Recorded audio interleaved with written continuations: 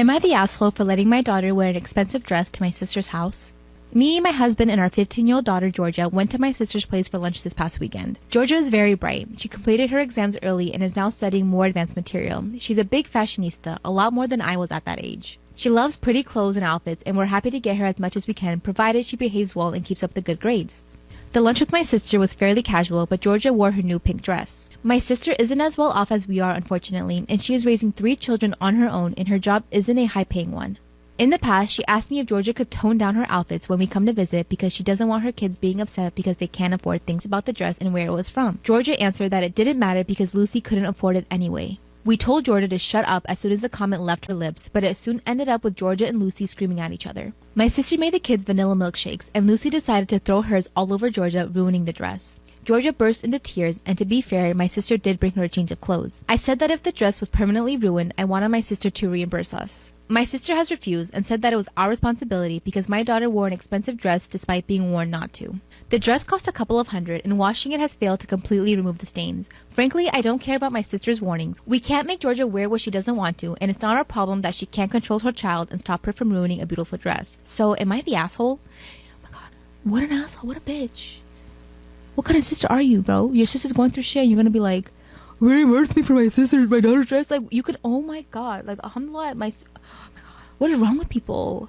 What's the difference between you and strangers if you're gonna ask for money back for a dress? Like, chill out. Story time about how I caught my roommate with my fiance 3 days ago. Disclaimer, this is not my story time. It was sent to me on Instagram. My fiance and I have been together for 3 years. He took me on a trip last January and proposed. He's been nothing but an amazing fiance. Families get along super well. My family loves him and he's so kind and gracious to them. On the other hand, my roommate is terrible. He claims to be a model on Instagram, but that's not really what she does. She's actually got a couple of sweet puppies, if you know what I mean. In the past, I've helped her out so much with money because she's always broke. I even loaned her $2,000 just last month to repair her car. My family hates her and they think she's super toxic. I have a soft spot for her because we know each other since high school and I know that she struggled a lot then. I'm a very kind and giving person, but she's totally taken advantage of that. Funnily enough, my fiance hated my roommate when he first met her. He thought the same thing my family did. She constantly monopolized my time, and if I was out on a date with my fiance, if she needed something, she would call me and ask me to go to the supermarket and pick up apples and stuff like that. About 2 months ago, I had to put my foot down. I'm in the process of planning my wedding with one of my best friends, and my roommate is totally stressing me out. She continues to criticize every single thing that I pick. I asked her to be one of my bridesmaids, huge mistake, and she made a fuss about the dress. She wanted a backless dress, but I didn't want that for my bridesmaids at all. I'm not trying to plan an Instagram wedding here. She was so upset about the bridesmaid dress that she actually didn't speak to me for about a week. I had to beg for her to talk to me. Eventually, she told me that she didn't feel sexy in the dress and that she really wanted something she could shine in. My best friend was with us when she told me that, so my best friend quickly corrected her and told me that the only person that needed to be shining that day was me, because I'm the bridesmaid. My roommate got super upset and told me that she didn't want my best friend coming over to our apartment anymore. Obviously, that was going to be a huge no because she was helping me plan the wedding. So instead, I had to get my fiance to come to the apartment and help me out. My fiance works a lot and he's constantly on his phone. He also travels for work a lot, so I knew that he wasn't going to be able to help me all the time. One day, I come home from his bachelor party and that she was flirting with him the whole night. He also told me that she was pressuring my fiance to drink. My fiance has never been a big drinker, so it surprised me that he was even drinking at all. He sent me some more pictures of my fiance and my roommate. They were dancing and chatting the whole night. So I decided to show up to the bachelor party unannounced. When I walk in, there they are on the couch. Fiance was pretty inebriated and he was kind of confused too. My roommate, on the other hand, was totally fine. She jumped up from the couch and asked me what I was doing there. I asked her, "What are you doing here?" She actually laughed and told me that my fiance invited her. Part 2 is up. That's when I find my fiance and my roommate sitting on the couch together really snug. Disclaimer, this is not my story time. It was sent to me on Instagram. Unfortunately, I did not find them kissing or anything. I asked my roommate what she was doing there. She laughed and told me that my fiance invited her. My fiance was totally out of it since he had been drinking. That's when I pull up my phone and show them the picture of them kissing. They both start to deny it, but I'm like, how can you deny it? I have proof. My roommate told me that she needed to leave and she literally ran away. I actually had to wait for my fiance to sober up for a few hours before he could actually talk. That's when he told me he didn't remember anything. My roommate is refusing to speak to me and told me that she doesn't want to be in the wedding anymore. And I'm like, yeah, of course you're not. The only thing she said was that my fiance came on to her. My family hates him and her now. Parents don't want me to get married, but the wedding is a week away. My fiance swears that she did something to him. He's begging me for forgiveness and I don't know what to do. Please help.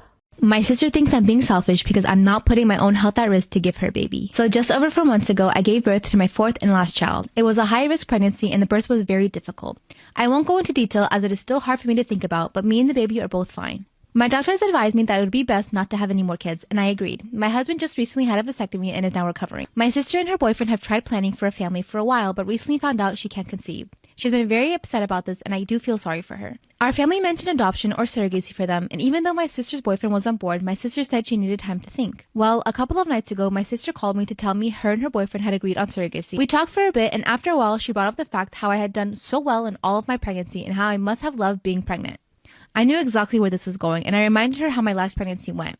Yet she told me everything was fine now, so what was my issue? I told her that even though I'm around now, I won't put myself through that again, and just because I'm fine now doesn't mean everything will be fine the next time. She then straight up asked me if I will not be her surrogate, and I told her no, I will not. She then started screaming into the phone about how selfish I am and how I need to look out for my sister and help her when she needed it. I told her I would help her with anything else, but I was not putting my own health at risk and potentially leaving my kids without a mom and my husband a widow. My sister went on to continually scream about how selfish I was being and how much of a bitch I was. I hung up on her and I didn't think about it and went to bed. The next morning, my phone was blown up with Facebook messages and calls from friends and family. My sister had gone on Facebook to rant about me. She went on about how I wouldn't let her be a mom and how I had 4 kids of my own. She said I was a selfish sister for not giving her a baby. My mom and a small handful of people are extremely angry at me and call me all sorts of names for being selfish, while my dad, brothers, and several other people are taking my side. I should not have to put my own health at risk for her, and I don't think I'm being selfish at all, but I'm not sure how to fix this. Storytime, my best friend cheated on his girlfriend with me. So a little background information. So Gavin and I have been best friends ever since we were little. We lived in the same neighborhood, and my parents and his grandparents were pretty close, I guess. But everybody in our neighborhood was close with each other. And I always had a huge crush on him. And I would try to subtly tell him that I liked him. But he would always be like, "Ew, don't joke with me like that. That's not true." And eventually, I just kind of got the hint that that was his way of telling me, "I don't like you. Stop before I tell you," in a mean way. So when we were in middle school, he was always having these 2-day relationships with all these girls and everything. And me, not so much, because sis didn't have a glow up until she reached her sophomore year in high school. And the thing was, I wasn't that best friend who would be like, "Ew, don't date her. She's ugly," or anything like that. I would totally respect all of his relationships, even if they were 2 days long, but he would literally still block me. Well, the one day we were hanging out at his house for part 2. Part 2 about how my best friend cheated on his girlfriend with me. So like I said, the one night I was at his house and he was on my phone and he was asking me who all these guys were on my Snapchat. And I told him that I had been talking to them and he was just being super toxic. He was talking shit on every single one of them. So eventually I started dating this guy, Trey, and after that he texted me saying that I was gross and everything else, when the next day he literally got a girlfriend. But weirdly enough, he didn't block me that time. He actually started texting me more, saying how him and his girlfriend were so happy together, da-da-da-da-da. And unlike him, I would be supportive. Well, the one night at 2 a.m., he came over my house, and he was like, "I don't have feelings for my girlfriend." And I'm like, "Okay, then why are you with her?" And then he has the nerve to say, "Don't you get that I like you?" Really? Well, eventually we cut off all communication, and he was still with this girl. Well, the one night he asked me to come over and talk, and we ended up doing the nasty. And then he blocked me on everything, after he said we should both leave our girlfriends and boyfriends. Well, I ended up telling his girlfriend what we did, and they also come to my family cookouts. Imagine TikTok being so powerful that they actually help you identify the person that almost murdered you. On my For You page the other day, I found this viral video that you guys might recognize, which states videos I took before almost being hunted and murdered.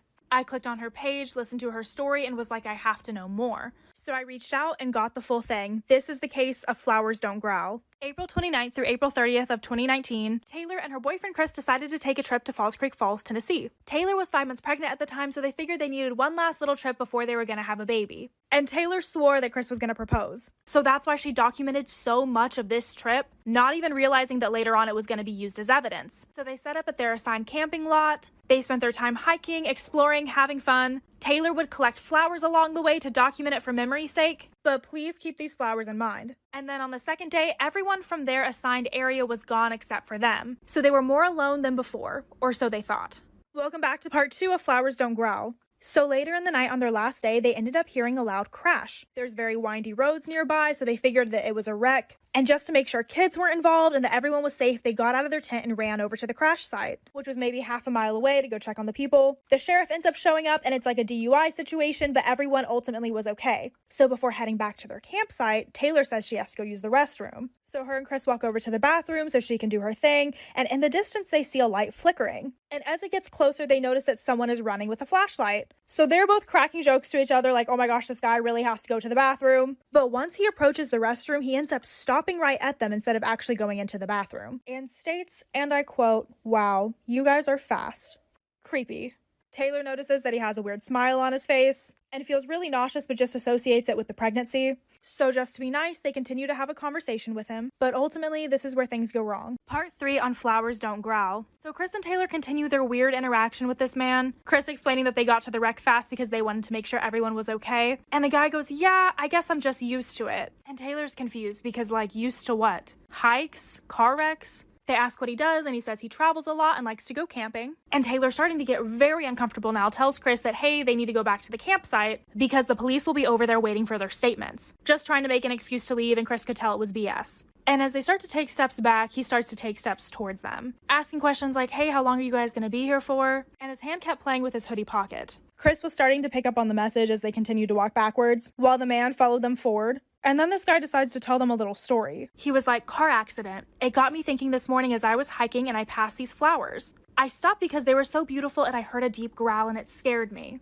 And it makes me think, you never know what day is going to be your last. That's when they saw the knife. Part 4 to Flowers Don't Growl. So this is when Taylor noticed the outline in his hoodie pocket was the shape of a knife. It completely clicked for her, and she told her husband that they needed to run. He looked at her like, what's going on? And she just states, flowers don't growl. So they took off running, and this is when he took off chasing them. And I'll show a map of where exactly they were chased. This is where Taylor and Chris ended up, and this is where they last saw the guy chasing them. And they made it all the way back to the crash site, and luckily the police were still there. They told them what happened and made a report.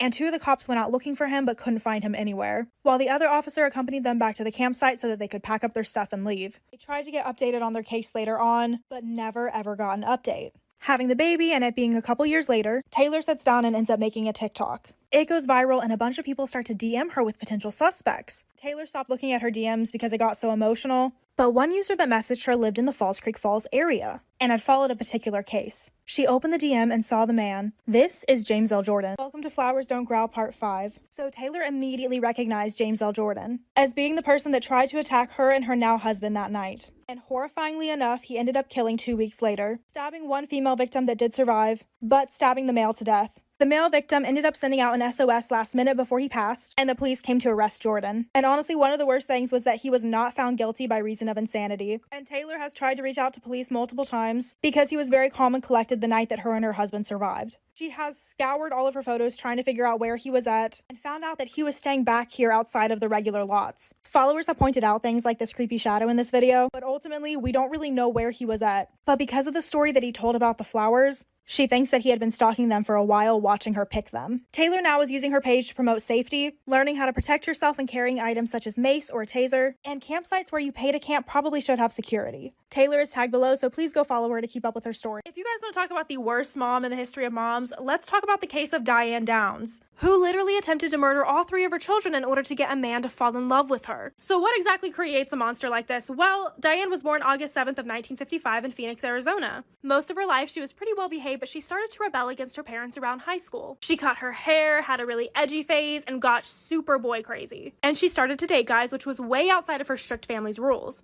And she fell in love with a boy named Steve Downs. They were high school sweethearts, but the second that college hit, they ended up going separate ways. He joined the Navy, and she went to Pacific Coast Baptist Bible College. And while they said that they would stay faithful to each other, she immediately started to hook up with other guys when she got there, and was expelled for her promiscuous behavior, and had to go back and live with her strict parents. While Steve came back, he forgave her, and they ended up running away together and getting married on November 13th of 1973. They were known to fight constantly, but in 1974 they had their first child together, making everything worse. Part 2 to the Diane Downs case. Well, the marriage between her and Steve was beyond rocky, and having their first daughter together, Christy, did not help that improve. And 6 months after she was born, Diane ended up leaving Christy with her dad so she could join the Navy, which only lasted 3 weeks because she had to leave for severe blisters. They had another kid in 1976 named Cheryl, and Steve had a vasectomy immediately after this, but then Diane was pregnant again. So I guess you can imagine how that happened. She did not go through with the pregnancy, but her and Steve stayed together. Later, they moved to Mesa, Arizona, got new jobs, and Diane was having affairs with all of her new coworkers. Got pregnant again, kept this one, and had a boy named Danny. Steve actually still decided to stay for the sake of the kids, and wanted to remain a father figure to Danny,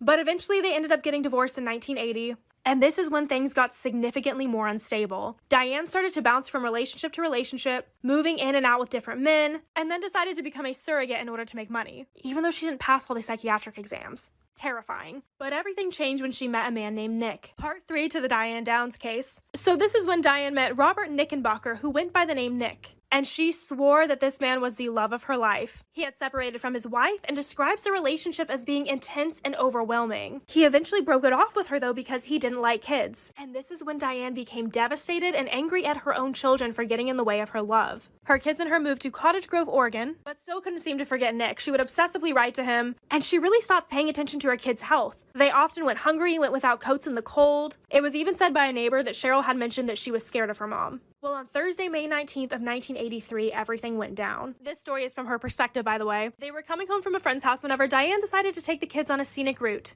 They did this often to explore. Hungry Like the Wolf started to play on the radio, and this is when she noticed a bushy-haired stranger signaling her over from the middle of the road. And at 10 p.m., with her kids asleep in the back of the car, she got out to talk to him, and he immediately demanded for her keys. Part 4 to the Diane Downs case. So immediately after the stranger demanded for her keys, they had some sort of a struggle, in which he shoots all 3 of her kids and then shoots her in the left arm. In order to distract him, she pretends to throw her keys in the bush, and then uses the keys that are actually in her hand to turn on the car and then drive wildly like a lunatic to the hospital. So she pulls up to this hospital with her kids in bad condition, and all of the medical professionals that were there that night were shocked by her reactions. Her daughter Cheryl ended up passing away, and Danny and Christy were literally clinging to life. And she showed no emotion at all. Not only had she wrapped her own gun wound and not her kids', but she was worried about her new car having blood on it. She seemed relieved that Cheryl was dead, and was shocked when she found out that Danny, her 3-year-old child, had been paralyzed. And she was only shocked because he wasn't hit in the heart. Christy had had a stroke, but she was still alive, so currently Diane was the only witness. And a lot of moms actually felt for her during this time, and were even scared to leave with this man on the loose. But the public opinion didn't last for long. Part 5 to the Diane Downs case. Even though the police were already suspicious of Diane, because she was the only witness, they had to rule out her story. So they got a composite sketch of the guy, and they ended up searching the whole area, where they only found some bullet casings.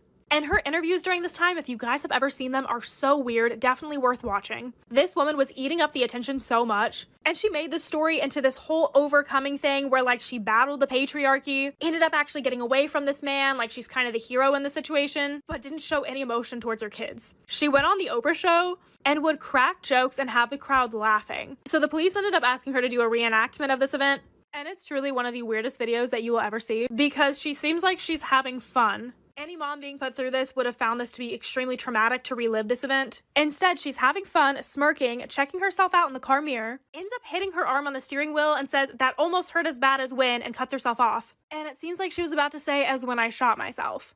Part 6 to the Diane Downs case. So after seeing this horrific reenactment, people just flat out are not believing her anymore, especially whenever she said this whole thing took place in like 5 to 10 seconds. And she did not take the criticism very well, literally stating, "If I had shot my own children, wouldn't I have done a good job of it?" She's literally gaslighting people who are letting her know that things aren't adding up. Back at the hospital, Christy is starting to improve a lot, but she's still nonverbal. Her mom ends up coming to visit her actually, and her heart spikes. So the police are starting to want to have her as a witness, and they immediately get her in with a therapist. They practice by her writing down the shooter on a piece of paper and her throwing it into a fire, until eventually she feels safe enough to give it to the therapist. And once she did, it said her mom. The police went to go check Diane's house, found bullet casings that matched those at the crime scene, and also found a diary with intros about Robert, and talking about how Robert doesn't want kids. So then the police had their motive. Which Oprah even brought up to her that the man was now afraid of her because he thought she had shot her own kids. She tried to change her story a few more times, but she ended up getting arrested. Part 7 to the Diane Downs case. So by the time it was time for her trial, she was pregnant again. She said she did it because she missed her kids and was lonely. But honestly, I feel like she did it just because she thought her sentence wouldn't be as bad. They ended up playing the song "Hungry Like the Wolf" in the courtroom, and Diane was jamming out to it. They showed the tapes, and she showed no emotion. They even did a doll reenactment for the jury to paint a picture. And then Christy testified, saying that her mom had actually stopped the car when she thought they were all asleep, went to the trunk, came around, and ended up shooting them. Cheryl first, Danny second, and her last. Wrapped herself in a towel and proceeded to drive slowly to the hospital. So ultimately, Diane was found guilty. And to this day, she is still in complete denial, thinking that she is still innocent. She ended up having the baby girl in jail, and she was immediately taken from her. This daughter was adopted, and Danny and Christy were actually adopted by one of the prosecutors on the case. Overall, it was a pretty happy ending, but Diane actually successfully broke out of jail for a little bit.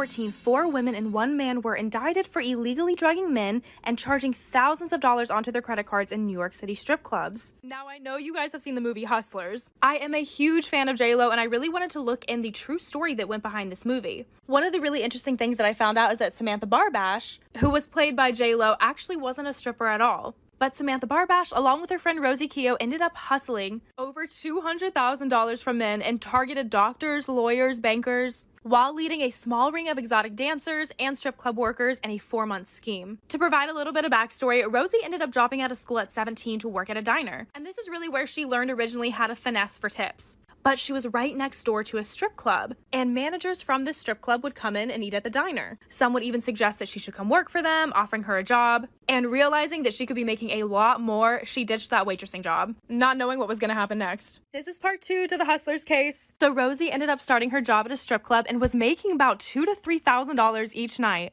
Thankfully, for one of the first times in media, strippers were being actually shown in high positive regard, so it was inviting a lot more people into the strip clubs. And many of the Wall Street bros, after a hard day's work of scamming people, would come in and spend a lot of money. And at one point, Rosie was making about 10 grand a night from hedge fund managers. Literally because she was making her tuition in one night, she was like, school can be on the back burner. However, because of the type of men that were coming in, they had an overall mistrust for guys. In addition to this, men also ran the clubs. And a lot of the times they were getting really ridiculous working hours. And on top of this, which I did not know, you had to pay just to be able to work at certain clubs. So she was being charged about $300 just to come in and work. Everything was pretty much taxed, so you pretty much had to pay these managers additional money if you wanted them to send good clients your way. As Rosie states in her interview, all the girls collectively snapped. And then this is when the financial crisis of 2008 hit. Part 3 to the Hustlers case. So in 2008, the financial crisis hit and people were losing businesses, their homes. Wall Street completely crashed and trillions of dollars of wealth were gone overnight. So all this money going into the strip clubs were now disappearing. The girls were desperate and looking for another way to bring in the big bucks. Rosie had met Samantha back in 2007. She was a single mom from the Bronx and she was a recruiter for the club. So she would go out, find men, and bring them back. And you would get a percentage of each dollar that this guy would spend at the club if you were the one that recruited him. While this process is legal, Samantha decided to have some other girls do this along with her,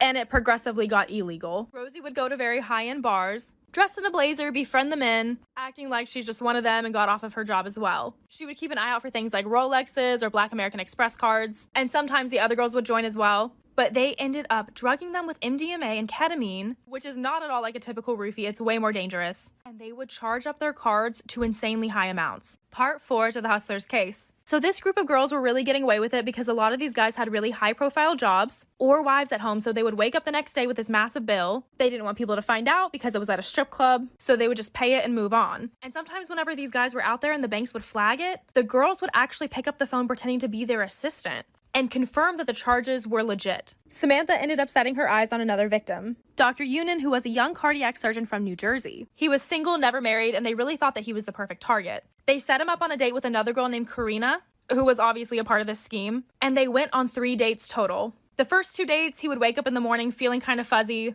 not really remembering, but he thought that he just overdrank. But by the 3rd date, he actually woke up with a call from American Express, stating that there was $100 grand in charges to his credit card at Robert's Steakhouse, which was a steakhouse at Scores, the strip club. Absolutely pissed, he called Karina and went off. And then he decided to take legal action. Part 5 to the Hustlers case. So after American Express ends up looking at the receipts and seeing that they're forged, Amex refuses to pay Scores. So Scores then sues Dr. Yunin and then he countersues. He states that he's never even been to this strip club. And that's when Scores ends up releasing CCTV footage of him being there, but obviously he was drugged, so he doesn't remember. But the tabloids exploded. They were painting the picture that he just kind of spent too much money being drunk one night. So he went straight to the police, who had actually been aware of the scam for some time. But they needed a solid tip in order to put up a sting. So they end up sending in an agent to pose as a rich guy. And if you go to my Instagram Reels tab, there's a video over there that goes into detail on this sting operation. But ultimately, they were able to get enough evidence off of this to where they could take it to court and actually have the girls arrested. And it wasn't long till the girls started to make plea deals. Rosie was the first one to cooperate and she settled for 5 years of probation. Karina ended up serving 16 weeks at Rikers Island, along with 5 years probation. I want to know what y'all's thoughts are on this case. Something that is just a weird fear of mine is doctors pretending to be doctors. Like not actually having their licensure, but just playing the role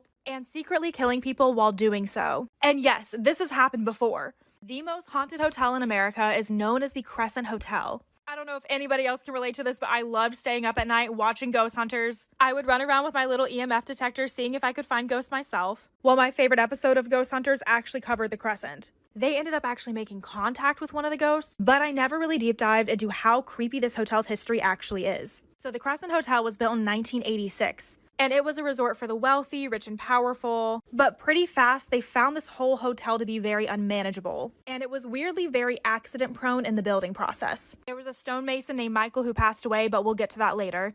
Well, it reopened in 1908 as a college for girls. This photo gives me very much midsummer vibes. While this college was considered prestige, they covered up a death. Part 2 to the Crescent Hotel. Well, one of the girls in this conservatory ended up falling for a guy. She ended up getting pregnant, and it was a huge deal during this time to be unwed and pregnant. On top of this, her dad forbade her from being with him. So she threw herself off the top of the building. The college completely covered it up, went about their business, and kept up with their high-priced tuition. But they only lasted until 1924. While all the way in Iowa, a man named Norman Baker was a radio host. Very eccentric, had a big personality, and while there isn't a whole lot of information on how he came to this conclusion, he decided that he was going to be a doctor, without any kind of license or experience. He claimed that he had discovered a variety of cures to numerous diseases, but it didn't take long for Iowa to figure out that he did not have the medical training, so they ran him out. Well, Mr. Baker was not giving up.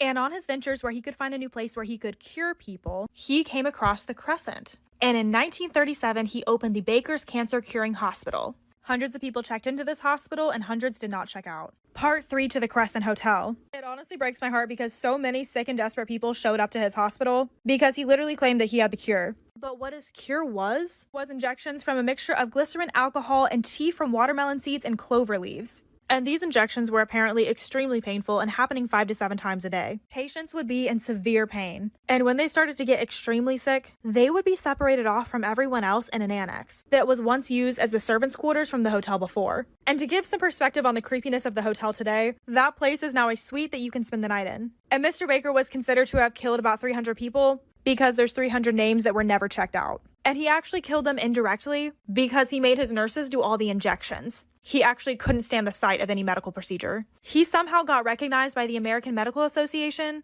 and ended up making millions in today's money. And after people would pass away, he would take them down to the morgue, which is now the basement of the hotel. Part 4 of the Crescent Hotel. So you can still go down to this basement and look at all the gurneys, the wheelchairs, the medical equipment, along with a ton of jars. Some of these are filled with his concoction, some are filled with human remains. And as they've continued to build along the area, they have found more of Norman's things. Just as recent as 2019, they were excavating the area and ended up finding 500 items that included more jars filled with human remains like tumors and also more of his little cure. As you can imagine, with all of the death that happened here, this place is extremely haunted. Listed as being one of the top hotels you don't want to stay at. There's so many accounts of people staying here and talking about their experience along with photos online, and people sharing just how frightening it is.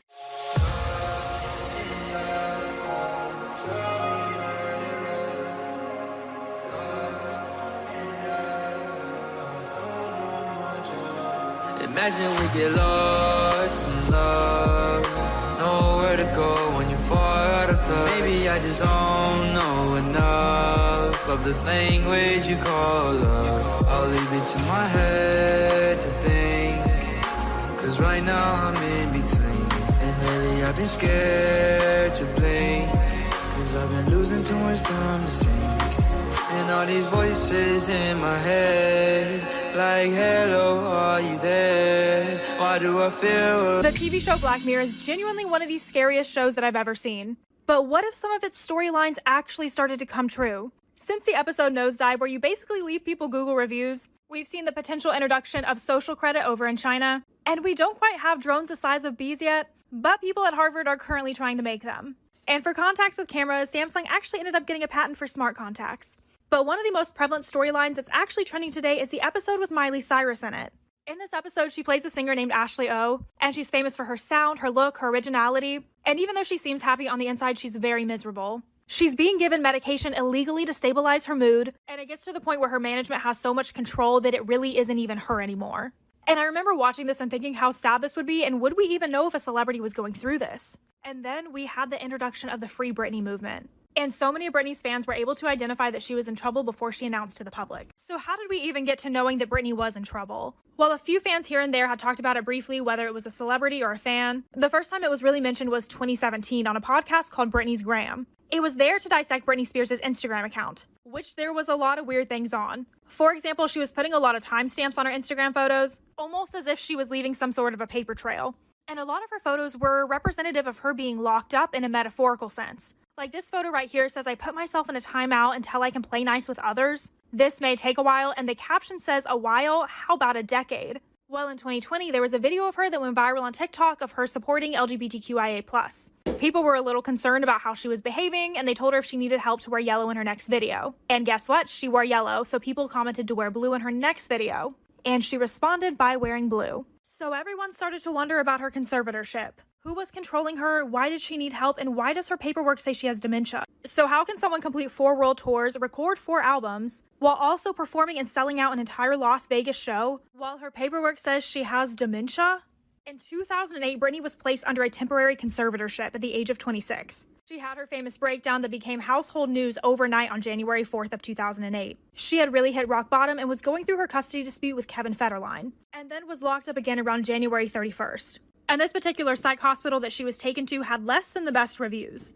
And this is when her conservatorship became permanent, due to her being unfit to take care of herself. Yet 2 months in, she ended up showing up for a role on How I Met Your Mother, and then wiped the floors at the VMAs, winning all the awards. In 2009, she had her circus tour, and a voicemail between her and her lawyer was leaked, saying that she desperately wanted to get out of this conservatorship, but that her father was threatening her. She did her Femme Fatale tour next, and then in 2012, she was an X Factor judge. Yet she was still deemed too unfit to take care of herself. Part 4 to free Britney. So Britney had even tried to bring up her conservatorship on the Jonathan Ross show, but that part was cut. And in 2016, people noticed that she posted a photo with Hillary using the hashtag I'm with her, but then had to remove it, which turned out later because she couldn't vote. And after that, she was supposed to perform for her new Domination show, but then announced that she couldn't go due to her father's health issues, which it later turned out that her father, Jamie, had actually canceled the show because she wasn't taking her new medication. So once he pulled it, he told her to just blame it on his health issues. And his own grandson ended up coming on to Alive and talking about how awful he is. And in April of 2020, she was sent back to a mental health facility, which the anonymous paralegal who gave information to the podcast said that she had been forced there between mid-January all the way up to April. And then Kevin Federline ended up charging Jamie Spears for allegedly abusing one of their kids. And because he's Britney's conservator, she ended up only having 30% visitation with her kids because he basically owns her.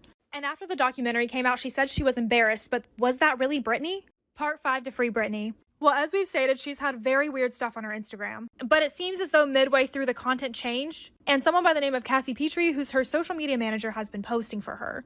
At least we know some of the time, maybe not all the time. And then on June 23rd, as we all heard, Britney broke her silence. She came out and shared everything that she's been through under her conservatorship to the courts. 13 years of her rights have been fully taken away. She can't have a baby, she can't get married, she can't take out her IUD. She's forced to work even when sick, can't even change her own kitchen cabinets. And whenever she actually tried to set up boundaries, she was put on lithium. Which I didn't know much about this drug, but this is what the holistic psychologist on Instagram said about it. Basically, no one is actually looking out for her mental health, and everyone is banking on her payroll, from her parents to her sister to everyone in her circle. And if you want to hear more about her sister, Jamie Lynn Spears, go to my Instagram, go to my Middle Reels tab, and I'm going to be talking about all the stuff that she's gone into, because there seems to be such a double standard in this family. Britney's father is an alcoholic and abusive, yet he's been deemed fit to take care of her. Last part to free Britney. So since all of this has come out, there has been a huge public reaction and an overwhelming amount of support. Iggy Azalea even came out and said how she was a witness to this behavior, and she was even invited to testify before Congress. Christina Aguilera released this statement about her, and as we've been watching her Instagram again lately, we've seen that she's been on a trip, yet these photos have been used for her previously a year ago.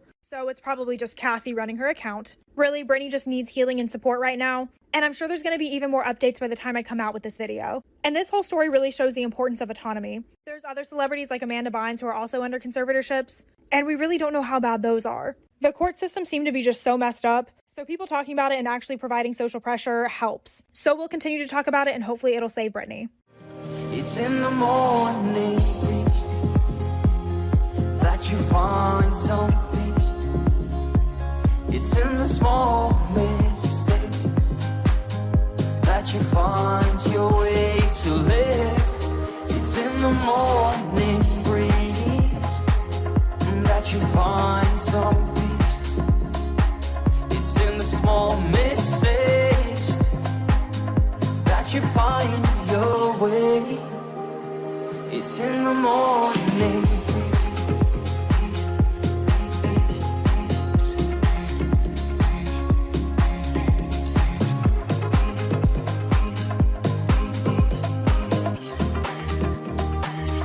It's in the morning breeze. I'm blinded by the darkness that's inside me. I'm leaving.